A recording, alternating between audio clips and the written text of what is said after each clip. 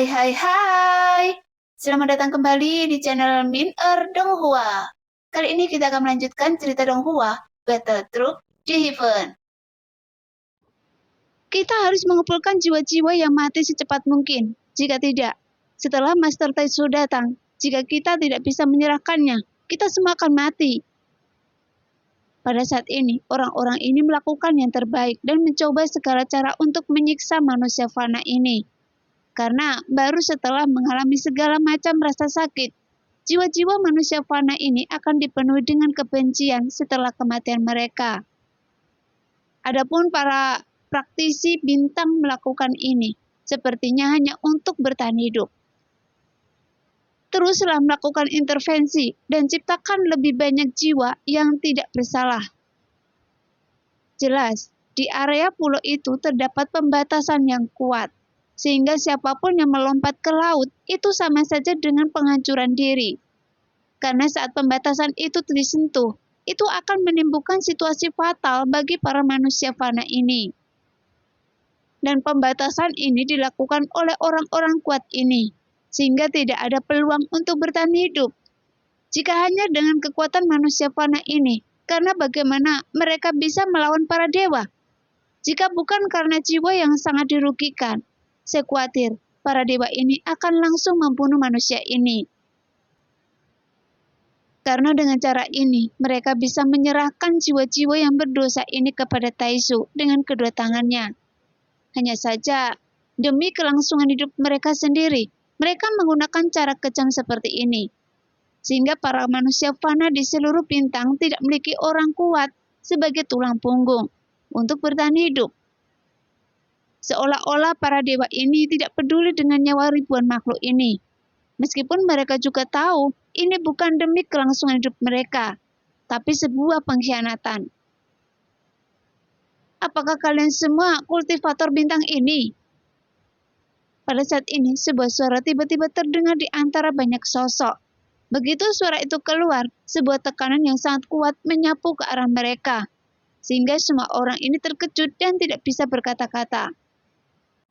Tepat ketika pandangan mereka tertuju ke arah sumber suara tersebut, mereka semua tercengang saat melihat sebuah sosok ramping yang berdiri tegak di udara. Meski begitu, mereka semua tidak bisa merasakan fluktuasi apapun dari tubuh sosok yang muncul ini. Namun, di bawah tekanan dari sosok itu, membuat banyak para dewa di sini berlutut dan beribadah di tanah dengan bunyi gedebuk. Siapa Anda? Pada saat ini, hanya orang yang berada di langkah kelima keabadian Kaisar yang masih mampu berdiri dengan susah payah, dan itu adalah pemimpin para dewa ini. Dia berani menatap Xiaoyan dengan ekspresi muram, kemudian berteriak dengan suara yang dalam. Tidak peduli siapa saya, tapi Anda hanya orang kuat yang berada di langkah kelima keabadian Kaisar, berani menjadi pemberontak, dan melakukan sesuatu untuk Taisu. Xiaoyan berteriak sambil menatap pria di langkah kelima itu dengan dingin. Namun meskipun pria itu sangat marah dan darah melonjak, tapi dia juga sepertinya merasakan kesenjangan kekuatan dengan Xiaoyan. Jadi dia hanya berteriak dengan marah. Kami hanya mengikuti perintah Taisu. Jika Anda berani menghentikan kami, maka para dewa Taisu pasti akan membunuh Anda. Pada saat ini, meskipun pria yang berada di langkah kelima ini takut pada Xiaoyan, tapi dia sepertinya berpikir, jika dia mengungkapkan orang di belakangnya adalah Taisu, Xiaoyan pasti akan ketakutan. Sekarang, Sensi belum dikalahkan, tetapi apakah Anda sudah menjadi antek Taisu? Sebagai orang terkuat di bintang ini yang mencapai langkah kelima keabadian Kaisar, Anda seharusnya menjadi penjaga bintang ini, sehingga semua apa yang telah Anda peroleh sekarang, Anda mampu menembus keabadian Kaisar. Dan ini adalah takdir dunia.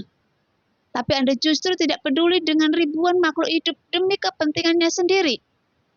Membunuh mereka hanya untuk bertahan hidup. Sekarang, Anda menyiksa begitu banyak makhluk. Jadi seberapa berbudi luhur dan ampukah Anda? Diberkati dengan keberuntungan dewa dan menjadi orang kuat di Sensi. Setelah berbicara, Xiaoyan maju selangkah dengan telapak kakinya. Kemudian nyala api tiba-tiba menyebar dari telapak kakinya. seketika mengubah area sekitar menjadi lautan api. Sehingga kebanyakan praktisi yang tidak punya waktu untuk mengelak dengan kekuatan dewa pertempuran yang mereka miliki, tubuh mereka langsung tersulut nyala api yang membuat mereka semua berteriak histeris di lautan api. Karena tidak peduli apapun yang mereka lakukan, mereka tidak dapat memadamkan nyala api yang membakar tubuhnya. Bahkan di antara rasa sakit ini, mereka melompat ke air laut di bawah. Namun nyala api Xiaoyan sebenarnya tidak bisa dipadamkan dengan air laut biasa. Sehingga nyala api ini langsung membakar tubuh mereka menjadi abu dan menghilang begitu saja. Namun di bawah jentikan para dewa pertarungan ini, mata Xiaoyan tetap acuh tak acuh. Melihat pemandangan itu, pria dengan kekuatan langkah kelima melihat ada sesuatu yang tidak beres. Kemudian telapak tangannya tiba-tiba terentang. Kemudian sebuah silip batu giok muncul di telapak tangannya dan segera ingin menghancurkan silip batu giok hitam tersebut. Namun, tepat ketika dia ingin menghancurkannya, tiba-tiba dia tidak bisa menggerakkan kelima jarinya. Pada saat yang sama, tiba-tiba silip batu giok hitam di tangannya ditarik keluar dengan daya isap yang kuat, hingga terbang di depan Xiaoyan. Jika itu masalahnya, karena Anda adalah pengkhianat sensi, maka saya tidak akan memberi Anda kesempatan. Setelah berbicara, pikiran Xiaoyan tergerak. Kemudian dalam bayangan Xiaoyan, tiba-tiba avatar Cinchan perlahan keluar. Kemudian avatar itu terbang keluar sambil mengampakkan 6 sayap yang tak terlihat, dan langsung menerkam pria itu. Pada saat cahaya keemasan keluar dari mulut avatar Cinchan, di bawah teriakan ketakutan, tubuh fisik pria ini dengan cepat roboh. Setelah berubah menjadi kabut darah, dia langsung ditelan oleh avatar Cinchan. Oh, ternyata aura avatar ini bisa menjadi lebih kuat. Xiaoyan terkejut saat melihat pemandangan itu. Namun Xiaoyan terus membiarkan avatar Cinchan melahapnya. Hanya saja saat ini, di antara para dewa yang ada di sini, hanya ada satu langkah kelima keabadian Kaisar. Adapun sisanya mereka semua hanyalah dewa pertarungan. Meski begitu, Xiaoyan tidak peduli apa kekuatan mereka. Dia tetap membiarkan avatar Cinchan menelan segala sesuatu yang bisa ditelan. Segera di lautan api ini tidak ada lagi teriakan. Setelah avatar Cinchan melahap semua para dewa pertarungan, lautan api yang menyelimuti area sekeliling menyapu kembali dan diintegrasikan kembali ke dalam tubuh Xiaoyan. Hanya saja, setelah avatar Cinchan melahap ratusan dewa pertarungan dan orang kuat di langkah kelima keabadian Kaisar, peningkatan kekuatan avatar Cinchan agak tidak menentu.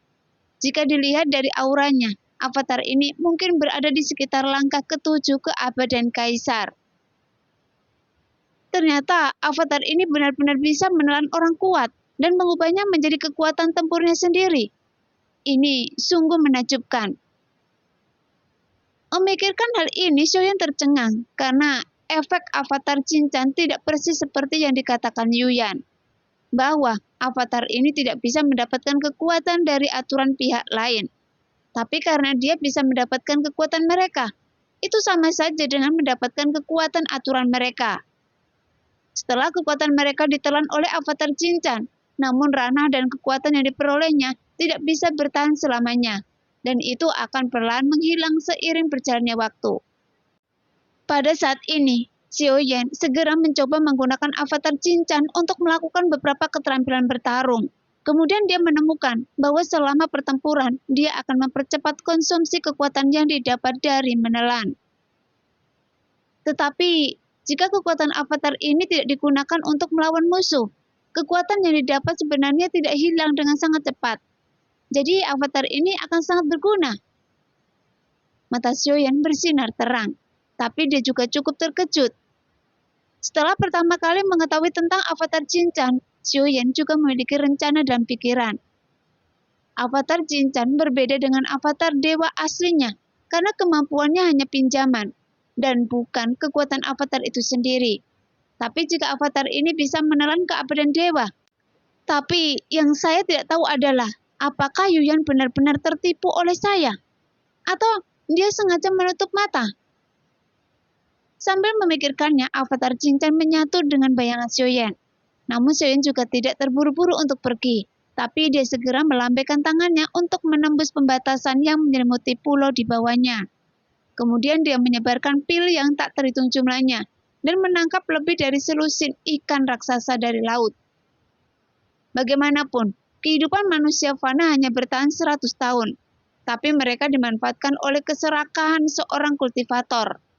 Sehingga mereka dipisahkan dari anak dan istrinya, yang membuat mereka patah hati. Jadi Xiaoyan juga menghela nafas dalam-dalam saat melihat ini. Karena bagi Taisu, makhluk hidup tampak begitu tidak berarti pada saat ini. Hanya ada sedikit praktisi di bintang ini. Tampaknya sebagian besar dari mereka dimusnahkan oleh Taisu. Dan apa yang tersisa dari mereka semua ditinggalkan oleh Taisu untuk menyelesaikan pemurnian jiwa-jiwa yang dirugikan. Mereka merebut sumber daya bintang dan membunuh makhluk yang tak terhitung jumlahnya. Bahkan nyawa dan jiwa manusia pun tidak diselamatkan. Taisu memang sungguh kejam. Xiaoyan tiba-tiba mengepalkan kelima jarinya. Saat ini niat membunuh terhadap Taisu di hatinya semakin kuat. Tepat setelah Xiaoyan menyelesaikan semua ini dan bersiap untuk pergi, tiba-tiba fluktuasi yang sangat kuat datang dari kehampaan. Karena sesuatu yang sangat cepat sedang mendekati bintang ini. Waktunya sangat tepat. Xiaoyan tiba-tiba mengangkat kepalanya. Meskipun sekarang tidak ada avatar dewa asli di sampingnya, tapi tubuh fisik Xiaoyan juga merupakan tubuh dewa asli bintang 5. Jadi kekuatan bertarungnya sudah cukup. Jadi saat melihat bayangan hitam besar yang menyapu langit, niat membunuh Xiaoyan menjadi semakin kuat. Nah, demikianlah cerita hari ini. Terima kasih yang sudah menonton video Min Earth sampai selesai. Sampai jumpa di video selanjutnya. Bye-bye.